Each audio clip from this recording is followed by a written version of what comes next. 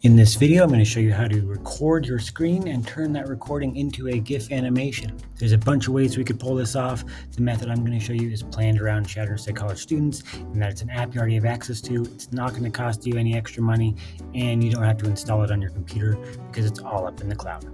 Here we go.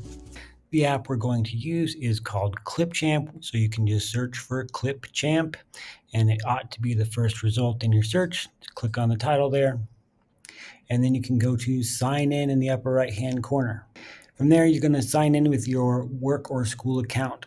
From here, you should be able to pick your Eagle Mail account already. If not, you're going to have to use another account and sign in with it.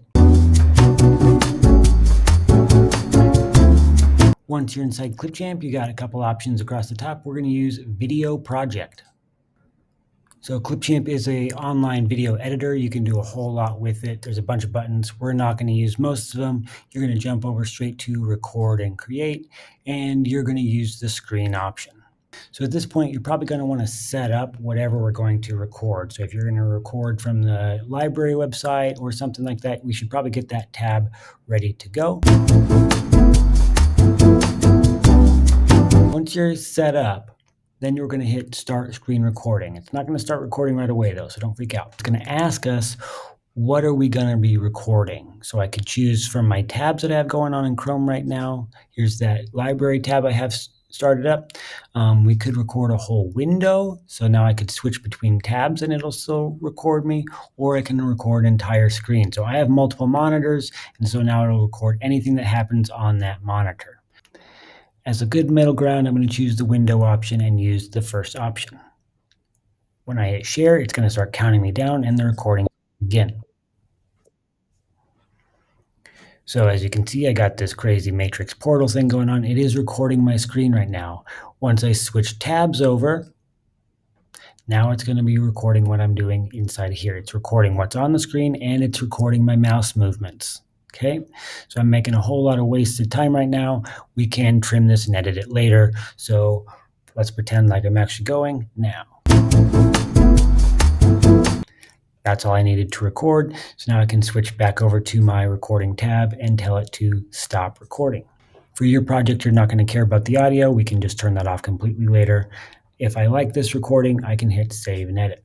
It drops it down in the timeline. This is where I can now trim it up. This white line is the playhead. So I'm going to go find the spot where I actually start talking. So maybe that's the spot I like. I can put the playhead there and then use the scissors to trim it. That's one way. And then I can just delete that front half off. And maybe, let's say that there's a back half on there too I don't like. Trim that off and delete. Okay.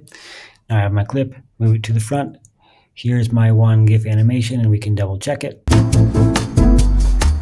So I should trim it up even more. So it took me a little bit to get my clip exactly what I needed.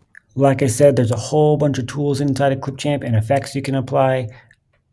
If you want to dig into that rabbit hole, you can. There's tutorials on the internet for how to do that more in-depth stuff. Let's say this is good enough for now. We can hit export in the upper right. So by default, it wants to create a video file that you could put on YouTube. So we're going to instead click on more options here. And then the bottom option is for GIF. So we'll click on GIF. Notice though, GIF only works for 15 seconds or less. So if your video clip is longer than 15 seconds, this option will be grayed out. So you have to go back up and trim some stuff off. So I have the GIF option selected. I do recommend renaming your file so you can find it easier on your computer.